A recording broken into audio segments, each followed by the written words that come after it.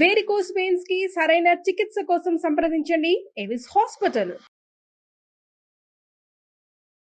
నమస్కారం. విష్ణు పురాణం 18వ భాగంలోకి వచ్చాం. యయాతి కథ వినబోతున్నామండి. ఇంతకుముందు యదువంశం గాథ మనం విన్నాం.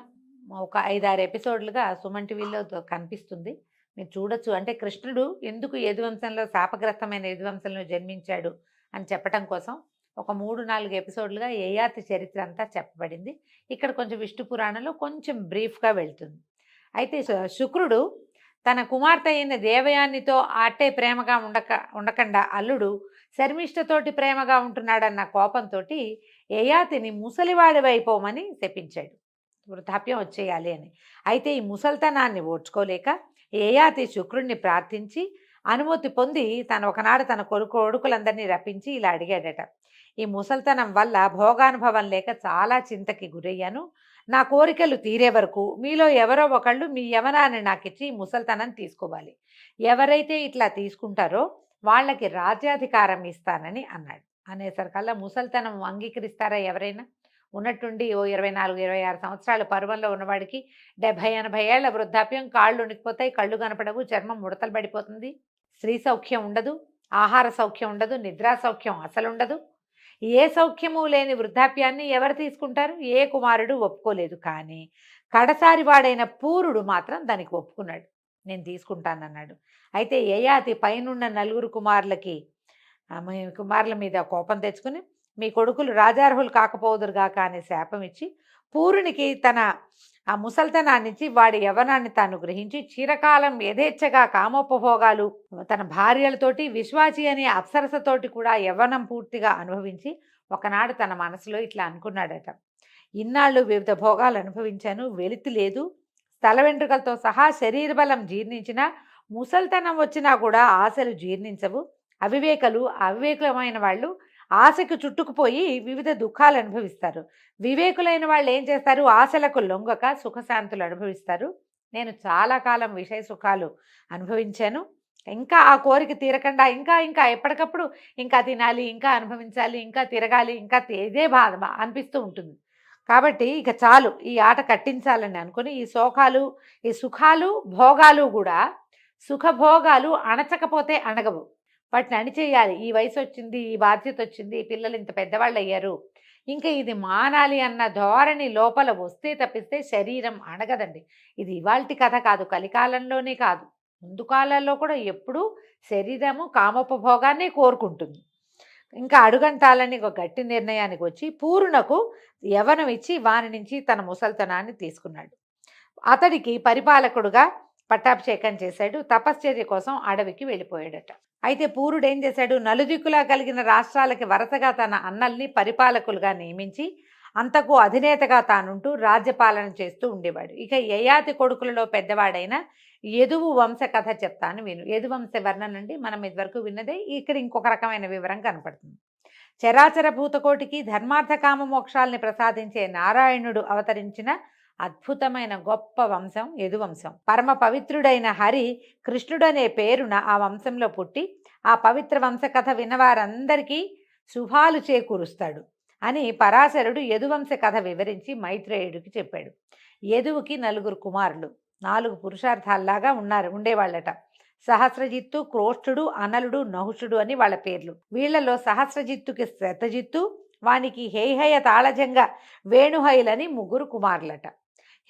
హేహైనకు ధర్ముడు, వానికి కుంతలుడు పుట్టారు. కుంతలుని పేరుతోటే ఆ దేశానికి కుంతల దేశం అని పేరు వచ్చిందిట. కుంతలుని కుమారుడు సభాజిత్తు, అతని కొడుకు మాహిష్మంతుడు. మాహిష్మంతుని పేరే మాహిష్మతీపురమైంది. దత్తాత్రేయుల వారు ఉంటారు ఇక్కడ అని చెప్తారు. మహిష్మంతుని కొడుకు భద్రశ్రోణి, వాడి కొడుకు దుర్దముడు, వాడి కొడుకు ధనకుడు, అతని కొడుకులు కృతవీర్యుడు, కృతాగ్ని, కృతధర్ముడు, కృతాజుడు అనేవాళ్ళు. కృతవీర్యుని కొడుకు 1000 చేతులవాడు, వాడి పేరు అర్జునుడు. ఇతడు ఈ కార్తవీర్యార్జునుడు కృతవీర్యుని కుమారుడైన అర్జునుడు కాబట్టి కార్తవీర్యార్జునుడు అనే పేరుతోటి అత్యంత ప్రఖ్యాతి పొందాడు అతను. ఈ కార్తవీర్యార్జునుడే అనేవాడు దత్తాత్రేయుని ప్రార్థించి యుద్ధంలో గెలుపు, ఎప్పటికీ తరగని భుజశక్తి, పరిపాలన దక్షత, సత్ప్రవర్తన, అంత్యంలో విష్ణువు చేత మృతి వరాలుగా దత్తాత్రేయుని కోరుకున్నాడట. అలాగే వరాలు పొంది సూర్యుడిలాగా ప్రకాశిస్తూ శత్రువులను గెలిచి దీన సంరక్షణ చేస్తూ సప్తద్వీపాలతో సహా భూమిని ఒక్క చేత్తో పరిపాలించాడట. అతని ఐశ్వర్యానికి ఏలాటి దెబ్బ లేదు. అలాగే అతని ఏలుబడిలో ప్రజలకు పేదరికం అనేది తెలియదట. అందరూ ధనేశ్వరులుగానే ఉండేవారు. యజ్ఞాలు నిర్దోషంగా 10,000 పైనగా చేసి దేవతలకి సంతృప్తి కలిగించాడు.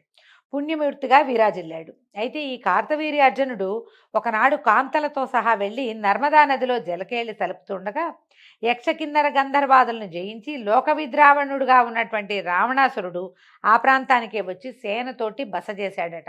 కార్తవీర్యార్జునుడి కాలం నాడు కాలమే రావణాసురుడి కాలంగా కూడా చెప్పబడుతోంది. అయితే స్నానం చేసి సంధ్యావందనం చేసుకుంటున్నాడట రావణుడు. అది తెలిసిన కార్తవీర్యుడు 1000 చేతులు చాచి నదీ జలాన్ని పొంగించాడు. ఆ పొంగటం వల్ల అటు ఇటు గట్టుపై ఉన్న చెట్లు తీగలు ముళ్ళడొంకలు ముమ్మరంగా కొట్టుపోయి రావణుడి మీద పడ్డాయి. దాంతో కోపించిన రావణుడు గడ్డుకు వెళ్ళి తన సేనతోటి కార్తవీర్యార్జునుడిని ఎదిరించాడు. కార్తవీర్యుడు అలాగే ఎదిరించి పశువుని పట్టి ఈడ్చినట్లుగా రావణుణ్ణి ఈడ్చి కాళ్ళు చేతులు సంకెళ్లతో బంధించి చెరసాలలో చాలా కాలం ఉంచాడట. తర్వాత పులస్త్యుడు వచ్చి నయాన చెప్పగా విడిచిపెట్టాడు. ఇలాగ శత్రుభీకరుడై ప్రజాక్షేమంకరుడైన కార్తవీర్యుడు చిరకాలం పరిపాలన సాగించాడు. కాలావసానం సమీపించగా నారాయణాంశతో అవతరించినటువంటి పరశురాముని గొడ్డలి దెబ్బకి గురి అయి తనుత్యాగం చేసి పరమపదాన్ని చేరాడు. అయితే ఈ కార్తవీర్యునికి 100 కుమారులట. వాళ్లలో శూరసేనుడు, వృషసేనుడు, మధువు, జయధ్వజుడు అనేవాళ్ళు ముఖ్యులు. వాళ్లలో జయధ్వజుని కుమారుడు తాళజంగుడు. వానికి 100 కొడుకులట. వాళ్లలో మొదటివాడు వీతిహోత్రుడు. వాని తమ్ముడు భరతుడు. భరతునకు వృషుడు, వృషునకు మధువు, అతనికి వృష్టి ప్రసిద్ధమైన కుమారులుగా ఉన్నారు. వృష్ణి పేరుతోటే వంశం రూపొందింది. ఇక యదుపుత్రుడు క్రోష్ఠుడు. వృష్ణి వంశం ఇదే మనకి మహాభారత భాగవత గాథల్లో అంధక వృష్ణి అలా కులాలు కనపడతాయండి. ఈ వృష్ణి అనే వంశం కూడా వీళ్ళ వంశంలోనే ఒకడి వల్ల ఏర్పడిందట. ఇక యదువు యొక్క పుత్రుడు క్రోష్ఠుడు. వాడికి వంశకారకుడైన కుమారుడు కలిగాడు. వాడి పేరు ధ్వజనీషుడు. వాని కొడుకు స్వాతి, అతని కుమారుడు ఋష్యంకుడు అనేవాడు. ఈ ఋష్యంకునికి కొడుకు చిత్రరథుడట. అతని కొడుకు శశిబిందుడు. జగత్తునంతా ఏకఛత్రాధిపత్యంగా పరిపాలించిన చక్రవర్తిగా పేరొందాడు శశిబిందుడు అనేవాడు. వాడికి లెక్కకి మించిన భార్యలు ఉండేవాళ్ళట. అందరినీ సమదృష్టితో చూస్తూ ఇష్టమైన వస్తువస్త్రాలని సమకూరుస్తూ సవిలాసంగా ఆనందపరుస్తూ ఉండేవాడట. ఈ శశిబిందుకి భార్యలందరి యందు కుమారులు కలిగారు. 10 కోట్ల మంది కుమారులట. ఎంత విచిత్ర గాథలుగా ఉంటాయోనండి పురాణ గాథలు. అందరూ విద్యావంతులు, బుద్ధిమంతులు, బలవంతులు. వారి సహాయంతో ఈ శశిబిందుడు అనేవాడు ఈ సప్తద్వీపైన వసుంధరని ఎదురు లేకుండా పరిపాలించాడట. వాని కుమారులలో పెద్దవాడు, ఈ రాజు యొక్క కొడుకుల్లో పెద్దవాడు పృథుశ్రవుడు. పట్టాభిషిక్తుడే. అతను కూడా ఈ నేలాడు. అతని కొడుకు దముడు, వాని కొడుకు ఉశనుడు. ఉశనుడు ఈ ద్విజులకు సంతృప్తిగా దక్షిణలిచ్చి యజ్ఞాలు చాలా చేశాడట. ఇప్పుడు ఈ ప్రఖ్యాతంగా అందరూ చేసేవాళ్ళు కదా యజ్ఞాలు. ఒకడి పేరు ఎందుకు చెప్తారండి అంటే అందరికంటే ఎక్కువ చేసి ప్రజలకి ఎక్కువ కాలం గుర్తున్న వాడి పేరు ప్రత్యేకంగా చెప్పబడుతుంది. వాట్లలో చెప్పదగినవి ఏంటంటే 10 అశ్వమేధాలు చేశాడట. ఇతని కుమారుడు ఇతవుడు. ఇతవుని సుతువు మధువు. వాడికి 5 కుమారులు ఉన్నట. పరాజితువు, రుక్ముడు, పృథురుక్ముడు, జ్యామకుడు, ఫలితహరితుడు అని వాళ్ళ పేర్లట. అయితే వీళ్లలో జ్యామకుడు అనేవాడు శైబ్య అనే ఒక కాంతను పెళ్ళాడి ఆమెకు వశమైపోయి వాళ్ళిద్దరూ రాజసంగా సంతోషంగా ఉండేట. ఒకళ్ళకొకళ్ళు లొంగి ఉండేవాళ్ళు. భార్యను విడిచిపెట్టి ఉండేవాడు కాదట. ఈ భార్యలకి లొంగి తిరుగుతున్న భర్తల్లో ముందు చెప్పదగిన వాడు జామకుడని ఆ కాలంలో లోకులు చెప్పుకునేవాళ్ళు. క్రమంగా రాజ్యపాలన కూడా భార్యే చేసేది. దానికి దాసోహం అని జామకుడు చేతులు కట్టుకుని బంటులాగా నడుచుకునే దశకి దిగజారిపోయిందట అతని బతుకు.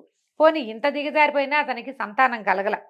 ఆలోచించి భార్యతో సహా అడవికి వెళ్ళి తపస్సు చేయటం మొదలుపెట్టాడట.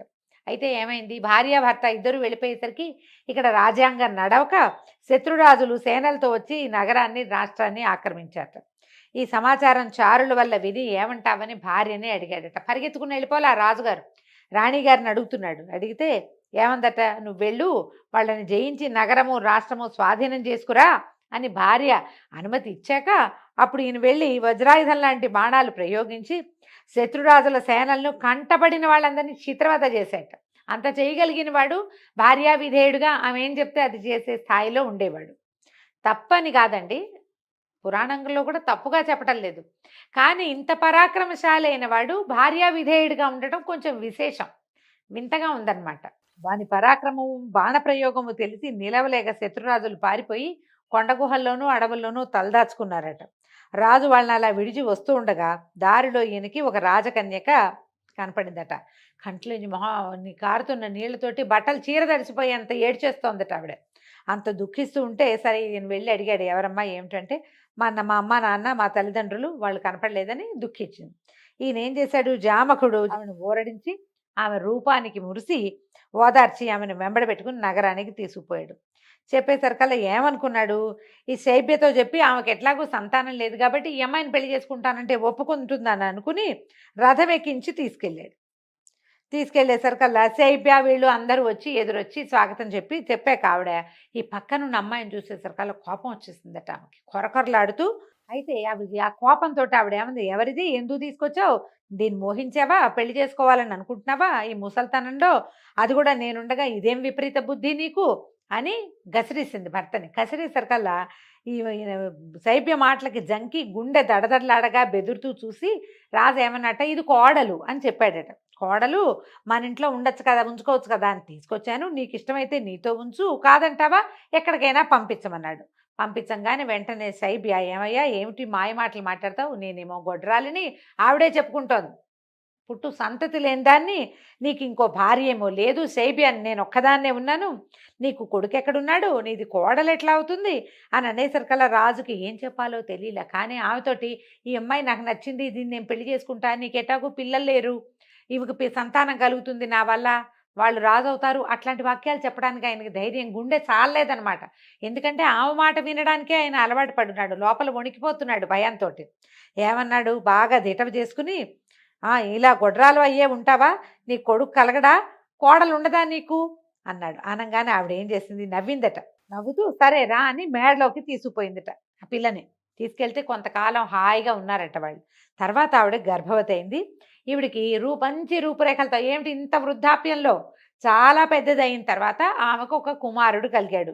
ఎంత చక్కటి రూపురేఖలు, అతని పేరు విదర్భుడు అని పేరు పెట్టుకున్నారట. పిల్లవాడు పెరిగాక మొదట ఈయన రాజు తీసుకొచ్చాడు కదా అమ్మాయిని, ఆ అమ్మాయినిచ్చి వివాహం చేశారట. పురాణంలో గాథలు ఇలాగే ఉంటాయండి.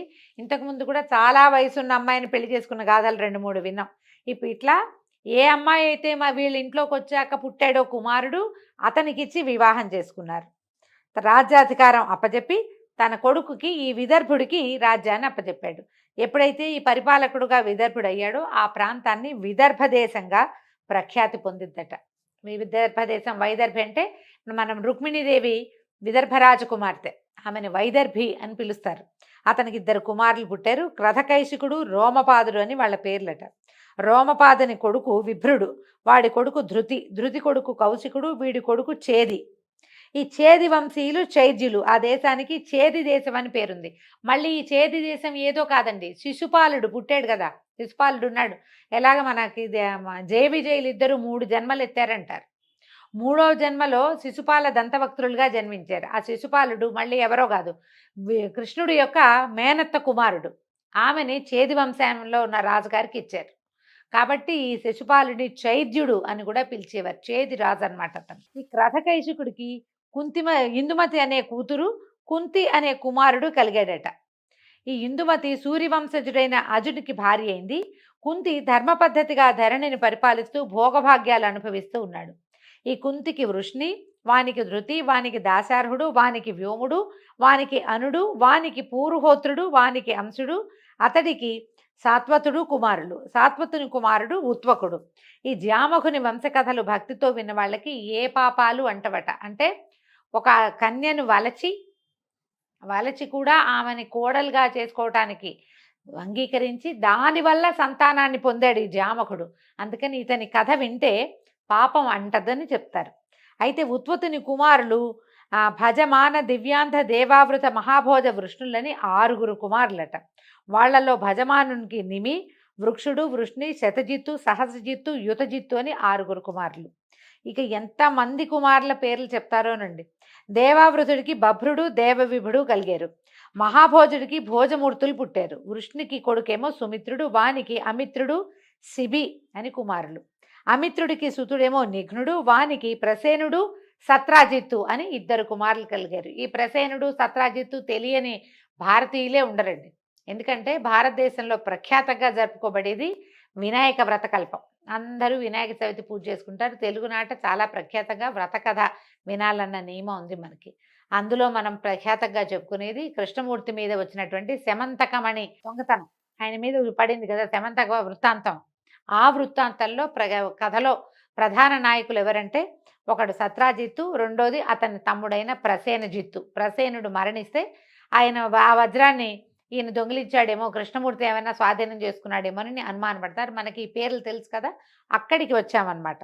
ఈ సత్రాజిత్తు బ్రహ్మాండ భాండాన్ని ఆవరించిన చీకటిని మటుమాయం చేసే వెలుగులు కలిగినటువంటి 1001 కిరణాలు కలిగినవాడు, కాలకర్త, పరాపర విద్యల చేత సాక్షాత్కరించేవాడును, త్రిమూర్తి స్వరూపుడును అయినటువంటి సూర్యభగవాను నిశ్చల శ్రద్ధాభక్తులతోటి తపస్సు చేసి ప్రసన్నుని చేసుకున్నాడు. భాస్కరుడు ప్రత్యక్షమయ్యాడు.